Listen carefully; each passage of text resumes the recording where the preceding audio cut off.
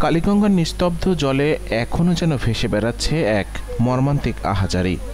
বাবার কাঁধে ভর করে ফিরে আসার কথা ছিল ছোট্ট জিহাদের, কিন্তু নিয়তির নির্মম পরিহাসে একই সাথে হারিয়ে গেল দুজনেই চিরদিনের মতো। মঙ্গলবার বিকালে কুষ্টিয়ার কুমারখালী উপজেলার চাঁদপুর ইউনিয়নের জঙ্গলি গ্রামের পাশ দিয়ে বয়ে চলা কালীগঙ্গা নদী যেন সাক্ষী হয়ে রইল এক বেদনার ইতিহাসের। ৪৫ বছর বয়সী জাহিদুল ইসলাম কুষ্টিয়া পল্লী ও দরিদ্র বিমোচন ফাউন্ডেশনের একজন কর্মচারী, পাশাপাশি কৃষিকাজও করতেন। আর তার ৯ বছরের ছোট্ট ছেলে জিহাদ জঙ্গলি সরকারি প্রাথমিক বিদ্যালয়ের ৪র্থ শ্রেণীর শিক্ষার্থী। দুপুর ১:৩০টার দিকে বাবা ছেলেকে নিয়ে গিয়েছিলেন পাট জাগ দিতে।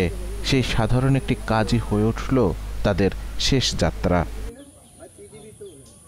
পাট জাগ দেওয়া শেষে নদীর মাছ থেকে ছেলেকে কাঁধে তুলে তীরে ফিরছিলেন জাহিদুল, কিন্তু কে জানত সেই পথে অপেক্ষা করছিল মৃত্যুদূত। হঠাৎই হোঁচট খেয়ে দুজনে ডুবে গেলেন পানির অতল গভীরে। নদীর তীরে দাঁড়িয়েছিলেন ৬৫ বছর বয়সী ফয়জুল হক। তার দেয়া খবরে স্থানীয়রা ছুটে আসেন। চলে ১.৫ ঘন্টার মরিয়া চেষ্টা।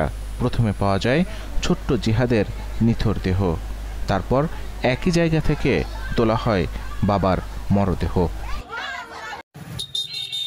যেখানে বাবা ছিলেন, ছেলের একমাত্র নিরাপত্তা, সেখানেই তারা একসাথে বিদায় নিলেন পৃথিবী থেকে।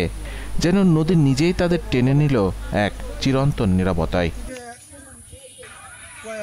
পুলিশ জানিয়েছে এটি একটি দুর্ঘটনা।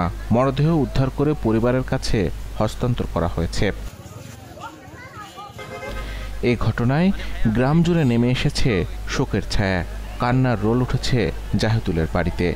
বিদ্যালয়ের শিক্ষক বন্ধুরা হারিয়েছে তাদের প্রিয় জিহাদকে।